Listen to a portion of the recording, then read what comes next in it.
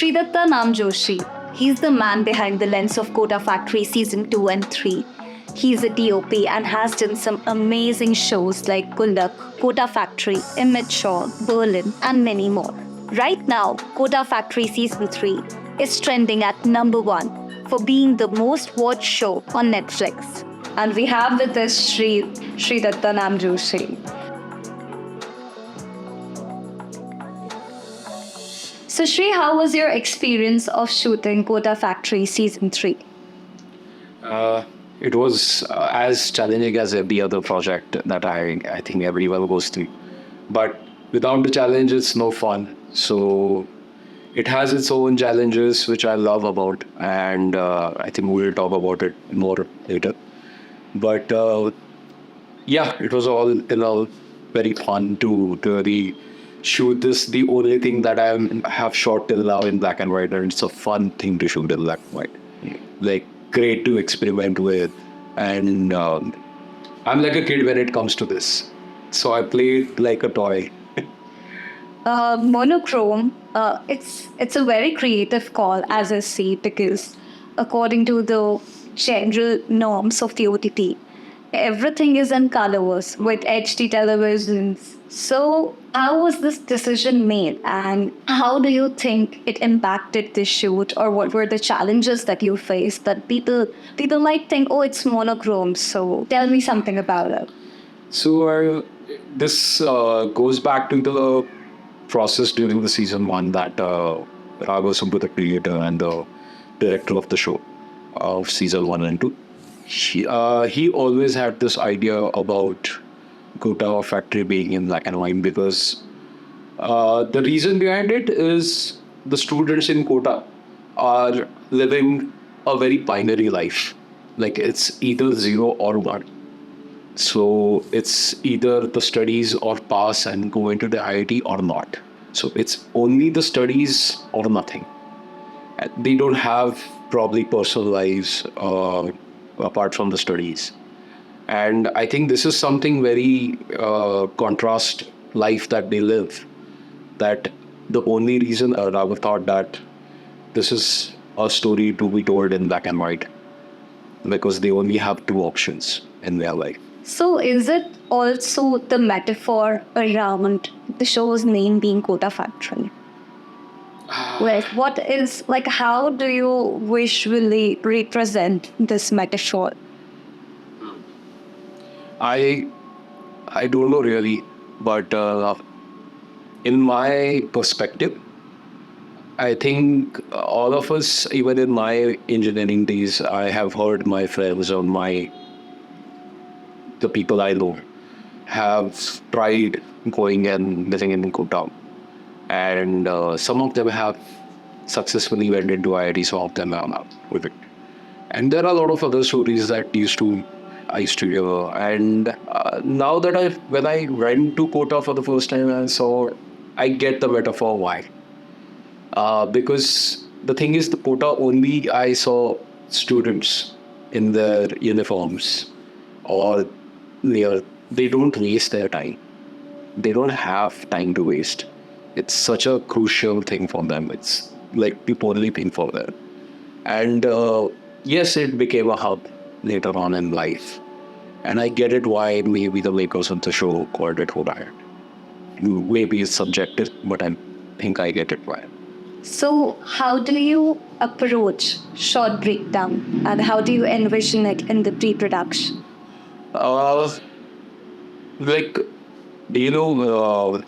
when you watch the film on any show and you have its background score, and if you hear it somewhere one day, what do you visualize? You visualize the visuals that the background score was on. So for me, a script is like that. Okay. When I read the script, I do keep on imagining that how I want to in first and present this visually. It's a very basic method that I go through. What's written, you have something that's written, and you need to present it to the world at however it's written. It's a literal description of, even the industry term says, script to screen. I do follow that. And I think upon Short breakdown, I think it's a process of a very collaborative method. Me and the director are definitely involved. And we do take suggestions. Sometimes anybody can come up with a nice suggestion. You never know. Miracles do happen on set. They may be good or bad. So short breakdown, yes, we always, not barely, but we do have an idea. We take it in the notes, we write it down, but we follow the script. And the show, before it came on my hands, the season one was already shot. And I sort of had a blueprint of what I need to do. And I always wanted to not break the zone that the season one created. And even Pratish Mehta, the director of season 3, we always kept speaking about how not to break the flow and the emotion and the way the Kota has been shot. How we need to maintain the continuity. That people should not feel that we are watching something different. People should feel, okay, this has grown. This has, I hope I have delivered that. But yeah, that was the idea. That let's stick to what the show's language has been. It doesn't matter if it works or not. What is the show's language? How the show is presenting itself visually.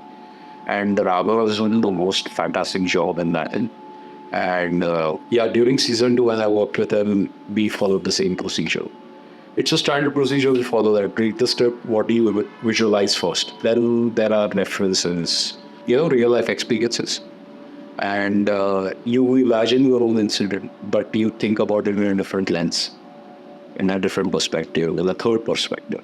How do you present that? So we approach such things which are very personal to us sometimes. And we add on, I'm actually, she's scared of king. And what script is what. And it's always about, it shouldn't be a pole shot. It should move the story ahead. Yes. Or it should represent what the writers have imagined to share. It shouldn't go beyond that. It should always elevate it. So that's how we approach short. And a lot of philosophical, I said, but if you want to do technically, then it's still the same procedure. It's very, like sometimes we improvise on set also. Okay, so I would go a little technical now. Okay. How does the focus? Focus? I have forgotten that. How does the focus? मैं बोला ना उसके लिए तो focus को इधर होता है. How does the focal length affect storytelling? I just forgot the entire question. It's okay, you can go. So, can you tell me how does the focal length affect storytelling? It's a complicated question, I would say. I know very few, where a lot of people rather would say this is the most important way. It is, and indeed, it is the most important thing. How you lens people, how you lens the scene. I really believe it depends on blocking. In my experience, I really focus on how I want to position people or how I want to position actors or how they feel in scene. That, this is how naturally in conversation I would do. And I really love giving that freedom to actors that, if you feel like doing this way, you tell us, we will adjust accordingly. Because it's all about, in the end, creating that one thing that people are going to enjoy, or creating that one impact that people may notice, or even if they don't notice, as a creative person, we will have that creative satisfaction. So I believe blocking. For example, there are people like more than 4 or 5 people in your frame, which is very common in Kota Factory right now. If you notice, there is a very similar pattern of framing that has been done since season 1. And we used to call it Bermuda Triangle. And what that Bermuda Triangle means is when you are talking to anybody, anywhere, you are standing and talking. अगर तुम chill कर रहे हो किसी के साथ या party में हो या anywhere, if you are standing and talking, And if there are three people in it, it's quite naturally that you stand in a triangle position. That is something what Raghav came up with. It's very natural that people stand like that. And if you go and actually, if you start noticing, you will actually notice people like that. That there is a person in between and there are two people standing in front of him. And in every perspective, it is the same because it's a triangle. So we framed people like that in this show.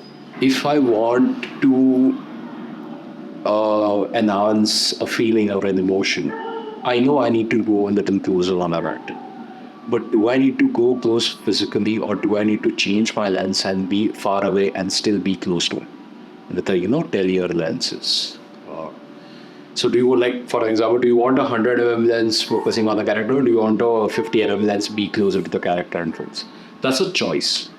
And it really goes, it really happens on site. Do we need to do this or not? Okay. But for all of this, we always have our blockings. Like I draw a top map of any location. I draw circles and a camera position that this is how it's gonna be. And we come to a point where this is how we will frame them. And now after shooting so many things, you do get a basic idea of how do you want to frame. But again, it's subjective. I'd say it depends. Okay. So as we go, I'm going to get into some more technical details. Like when you're shooting, what is generally your checklist about the lightings and the equipment? It usually, I have a habit because of the experience that I keep a basic list in my head. Like it naturally comes to me. Like जैसे हम सामान खरीदने जाते तो हमें पता होता है घर के लिए क्या सामान चाहिए होता है. Yeah. So, and we do have to do that in our budget also. And it is very important. People, I know there is a joke in the industry about budgets, but you have money which is, specifically, there are people who have taken the hard work of dividing that. And I think I do respect that. And according to that, and according to the script, and according to my director's vision, these three things keeping in mind, I make a list. And that list only gets, like the clarity of it, better understanding of it, only gets when we do a recce, which is a scout. Recce also means we see the location way before we are going for a shoot. There are a lot of things we have to check. There are a lot of things because a day of shoot is quite extensive. And there are a lot of things at stake. There are a lot of people's hard work at stake. And my team, we make sure that we need to check all those things. And the equipments are always thought in such a way how the time will be saved for each, let's say, each scene or each setup. How the time can be optimized. So do we need to have a big source? Are we going to have a daylight? Can we depend on a daylight? Is the scene really require a longer duration to shoot? So these things keeping in mind, there is a lot of discussion in detail that happens before. And this discussion and planning is way more important because even if you plan so much, things can still go because I will tell you there was a time later, but things can go haywire. So has it ever happened that there was some technical issue that you faced and that changed the entire thing? It doesn't change the entire thing. Yes, I do face technical issues. Humans can only rely on technology up to a point. Yeah. And our field, especially my department, is too technically dependent. Yes. And you can't really say, or you really can't predict what can happen. Like there was a time when we were running, we were rushing during the shoots, like Adarsh classroom, for example. Yeah. So Adarsh classroom had a lot of windows, and the light placements that I had to do was like easily 40 feet away from each window. And for that, I needed bigger lights to reach. And as there was a demand for a Dolby Vision, which is a Netflix, quality standard that they maintain. It's also high dynamic range, technically for Dolby Vision also. And to shoot that, you need to have a very specific exposure requirement. And you really can't go wrong because there are a lot of things that can go wrong during the post process of it. So keeping those things in mind, we did plan. But then because of power, we rely on generator. Now, there can be anything. A mouse can just go and eat a wire. And then your shoot is ordered for next 30 minutes. In shoot, any day of shoot, Yeah. be it like a 3-page shoot a day or a 4-page shoot, I mean, it doesn't matter. If you have a certain time allotted for certain scene, if that gets delayed, there is a domino effect that happens. And that domino effect is not really good when it comes to planning, because there are so many people who are in loop with that planning. They all following one thing. They are all following one plan. So there was a time in the Amos costume shoot that the cable just got sparked. Now you can't really say anything about such, or you really can't predict it. It's power. Like घर पे bulb फूट जाता है. You really don't know why. Yeah. I mean, you know later why, but it happens. When you predict it won't happen. Everything is going smoothly, and then it happens. So yeah, there are such challenges that we faced, but we overcame, and we anyway managed to shoot everything on time. And that the credit goes to my team and all the people who supported us. Yes. And I really thank every one of them for being patient enough to really not create a chaos situation, but handle it smoothly. It's quite important. Yeah, it's quite important. Like, you have to maintain that. You have to maintain the coolness of the set, because it affects everyone. Because उसके बाद अगर कुछ shoot करना है तो सबका mood कैसा होगा, it's delicate. For so long you have watched so many films, so many web shows which are like popular. Like Breaking Bad is one of the show that I have taken my film school from. Like, I've learned everything from that show. For so long that I've seen so many people blocking and lensing people in such way in certain situations or certain scenes, that when I tried to research and study about it, I found out there are certain ways to film, or there are certain ways to shoot some scenes. There are certain ways to enhance the emotion by your lens choice.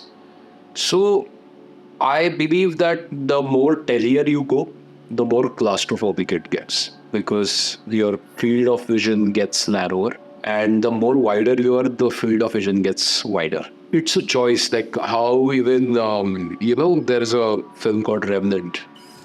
They specifically chose wider approach. But why? So why is a question which is, how do you want to present that emotion which is written? Does it feel right? And you get the sense of it when you're framing.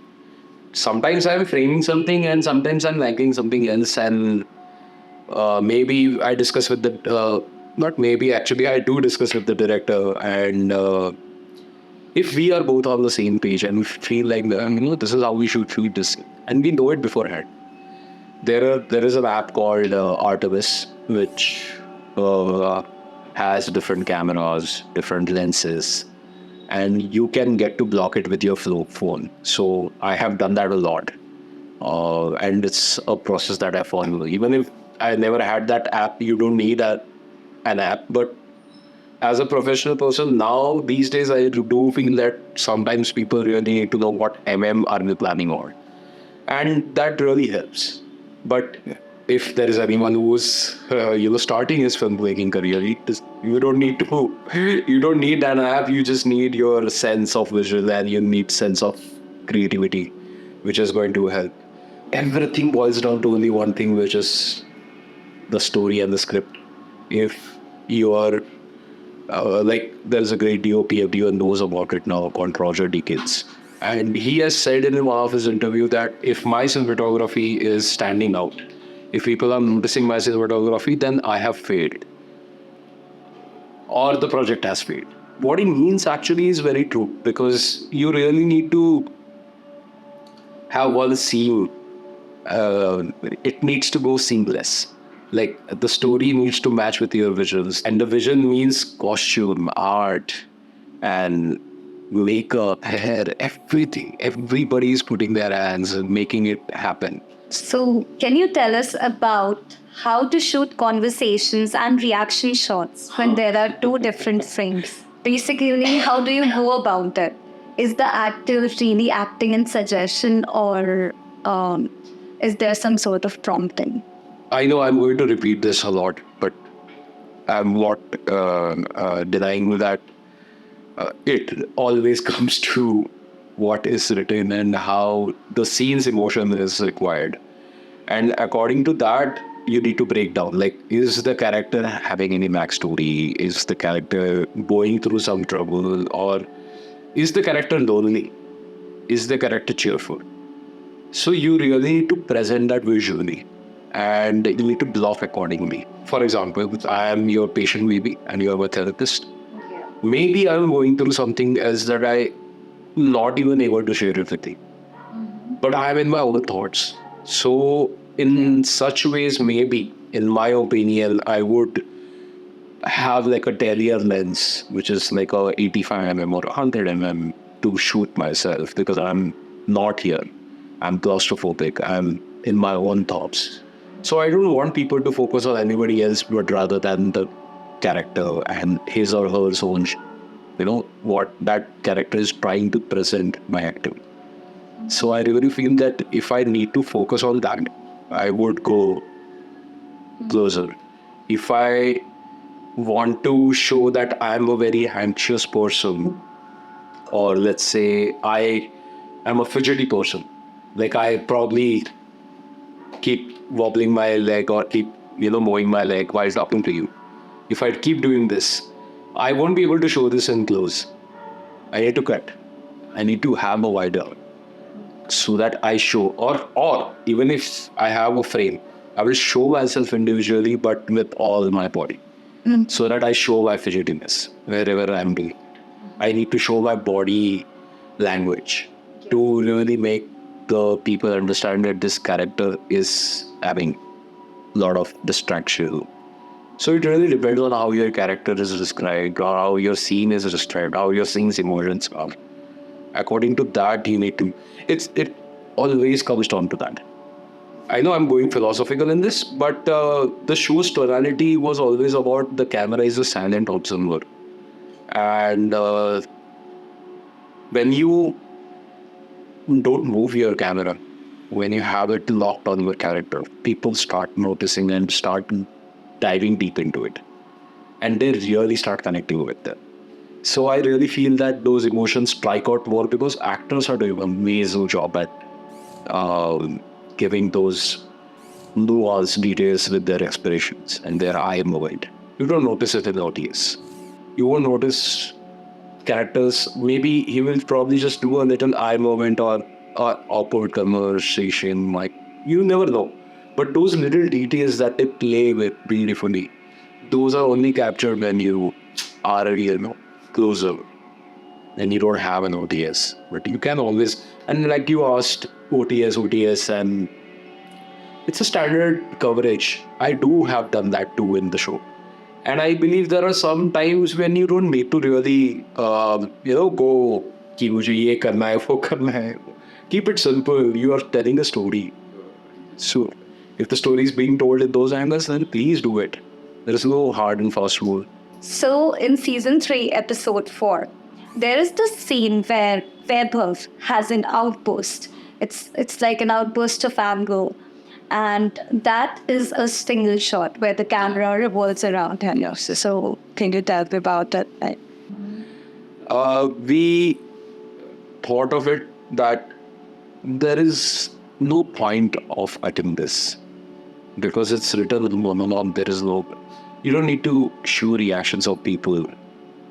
The audience will be getting the reactions when you hear the rant or when you hear what he's saying, what he's delivering in his performance. You connect it more when you don't cut. Like I said, when the camera is on the person for a little more longer, people start noticing things like intricate details.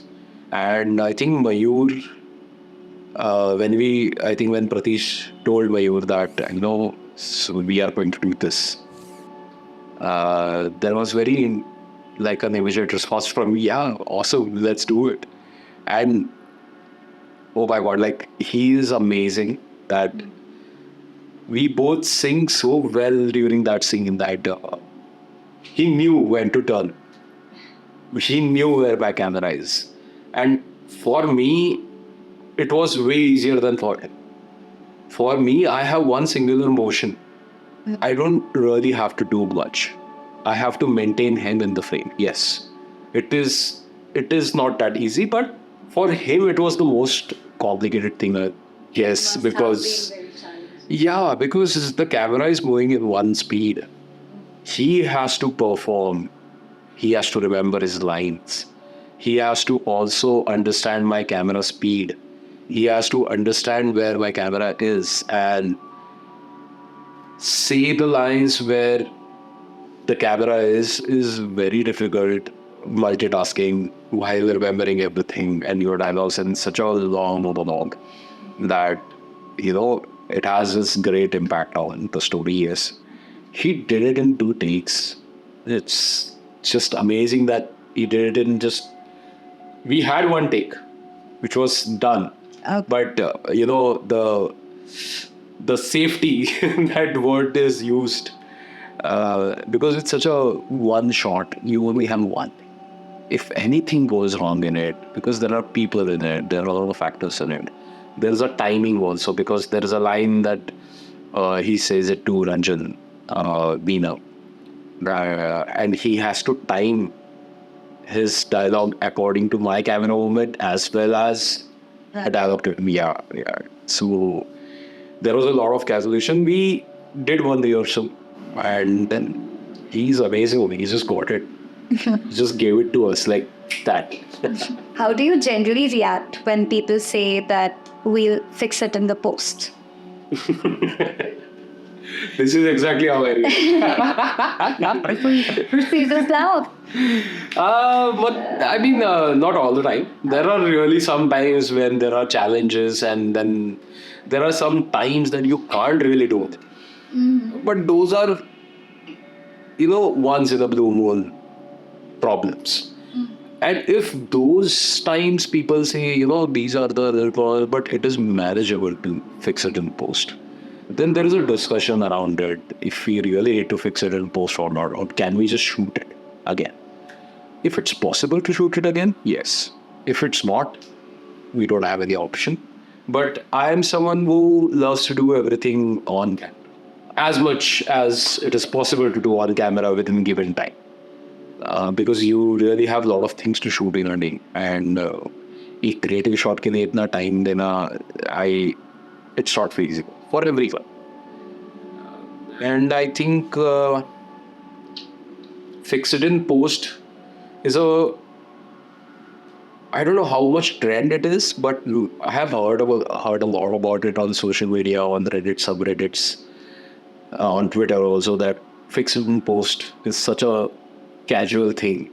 But yeah, I have thankfully met creators in my life that they do not rely on fix it in post. So I'm fingers crossed. I'm thankful. So, can you burst a myth around your job to around being the DOP? Usually my friends crack these jokes. It's more of a joke than a myth. I don't know what myths are there. Maybe you should know about it then. But Yes, the joke is कि अरे वो जो लाल button होता है वो ही दबाना होता है ना मतलब मैं कहा yes And yeah. मैं अग्री करता हूँ कि हाँ वो वही है मेरा मैं एग्जैक्टली वो करता हूँ क्योंकि उसके मतलब वो छपता भी नहीं है if I don't press that there are a lot of things at stake and problems but yeah so I think I don't know about a myth, but there is a really great thing that one of a very upcoming DOP in Hollywood, whose name is Eric Messerschmidt. I think I'm pronouncing it right, but he's a DOP of Mindhunter, which is a show on Netflix, and he's like a current David Fincher DOP. And what he said about DOPs, the thing in the industry is very awesome. That the DOPs are credited way more for the way film looks and credited way less the way film is shot. There is a very thin gray line, but I really, I could really understand and connect to it. Like, yeah, this is the thing. मैं इतना नहीं सोचता हूँ अपना काम करो जो है पसंद है एक ही काम आता है which I love to do so. I just do it for the sake of my love towards art. So where do you derive your inspiration from? Like, it can be anything, like something that you would have drawn your inspiration from. Inspiration. In cinema. Okay. I always had a hobby in photography, and there was a time when I used to do some wedding, and during that time I realized that stills is just not my thing. I need to tell more. How can I tell more? I know stills also have a lot of weight, but motion pictures is something else. Yeah. People's mind were new during those times when people saw motion picture. So for me, inspiration comes from I would still say my go-to temple is Breaking Bad. It is my film inspiration, and has been always an inspiration. But a true inspiration to cinematography is all the old artists who have worked hard to do it, and my inspiration is that how to create great memories is what I derive from. Like, I was thinking about it the other day too, that a photographer or a cinematographer is responsible for such a huge thing, actually, that you create memories which are captured by you, and they hold a lot of weightage. So I really do take seriously. It's just never was an inspiration, but it was more of a drive that I want to do this. And I will take inspirations from everywhere I can, whichever I feel nice. It can be paintings, it can be books, it can be films. And Raghav, who's the director of Kota, he told me something very amazing, that how in this world singers are. What do they do daily? They riyaz. They practice their voice every day for you never know how long. And that is what they call riyaz. And for us filmmakers, watching film is our riyaz. Yeah, that is something really great that he told me, and that really inspires me a lot. Okay. One last one. Yeah. Anything you want to say for aspiring filmmakers? Keep shooting. As everyone has said. But yeah, don't get swayed away with a lot of things. I really searched this on Google. I don't know if it exists or not, but there is a quote that I came up with in my life. And that quote is, as I quote, if you desire art, you can create it. That's what I have for everyone, actually. You don't need anything else. If you really truly desire, you will have it.